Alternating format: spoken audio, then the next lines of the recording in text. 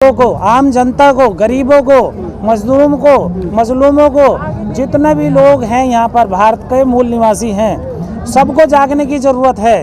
क्योंकि ये ईवीएम की नाजायज़ सरकार है, ये किसी की नहीं सुनेगी। पहले सीए एनआरसी के नाम पे इन्होंने इतना आतंक मचाया है और ये आतंकवादी सरकार खुद है।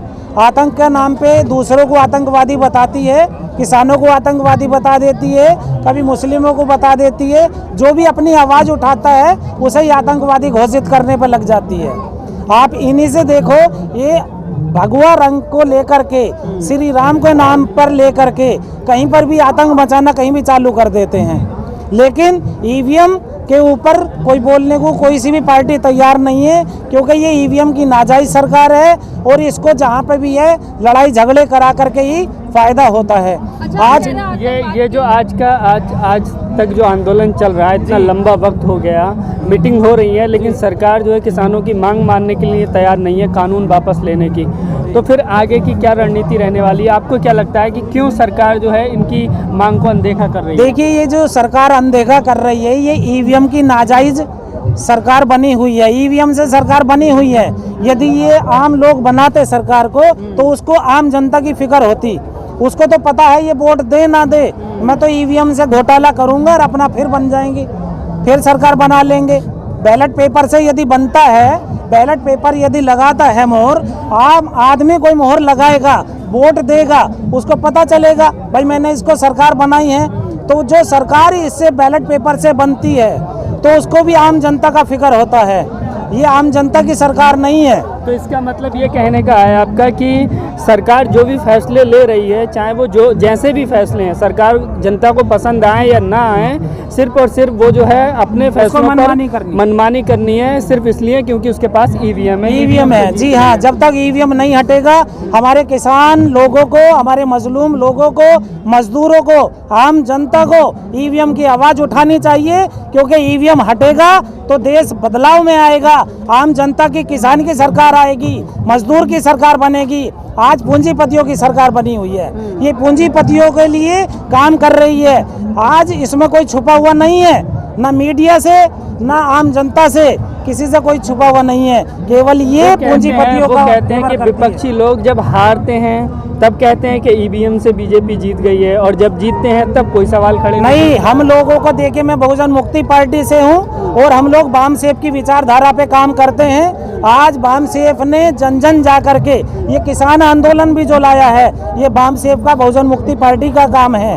क्योंकि घर घर जा करके मैं बताता हूँ उसका, क्योंकि 550 जिलों में हमने खुद पुतले फूके हैं सरकार के विधानसभा के कृषि कानूनों को लेकर के। जी, किसान कृषि कानूनों को लेकर के, इन तीनों विधायकों को लेकर के हमारे पास सबूत है। नहीं तो आप हमारी आंदोलन पर बैठे हुए तो नहीं दिखाई दे रहे हैं। आंदोलन पे नहीं, हम लोग गांव-गांव में मेहनत कर रहे हैं, लोगों को जगाते हैं। आज यहाँ पर हमारे बीच में, हमारे यहाँ पे भी आदमी है, और सिंधु बॉर्डर हो या कहीं पे गाँव में कहीं पे भी अभी जाएंगे, लेकिन सब जगह हमारा काम चल रहा है। यदि सरकार इन किसानों की बात नहीं मानती है तो आप देख लेना, गांव-गांव में, शहर में, कस्बे में आम जनता खड़ी होगी और जन आंदोलन होगा, और तभी सरकार को सुनाई देगा। वो तो अपने लोगों को खड़ा कर रहे हैं गांव-गांव में समझाने के लिए कृषि। नहीं, ये देखिए, वो अपने लोगों को नहीं, वो पूंजीपति है। वो केवल पैसा दे करके लोगों को अपने बीच में, इनके बीच में, हमारे बीच में घुसा देते हैं, अपनी बात रखते हैं।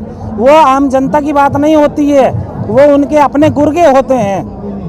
वो आम जनता नहीं है, ना वो किसान है। ये कह रही है कि लोग राजनीति कर रहे हैं और भ्रमित कर रहे हैं किसानों को। कोई भ्रमित नहीं कर रहा है, ये खुद सरकार भ्रमित कर रही है लोगों को, आम जनता को। ये जो किसान हमारा है, ये देखिए अपने लिए नहीं लड़ाई लड़ रहे, ये अपने लिए रोटी नहीं बनाते, ये आपके, हमारे लिए, आम जनता के लिए, दिल्ली हो या मुंबई हो, कोई सा भी देश हो, कोई शहर हो, सबके लिए रोटी जाती है, सबके लिए अन्न जाता है।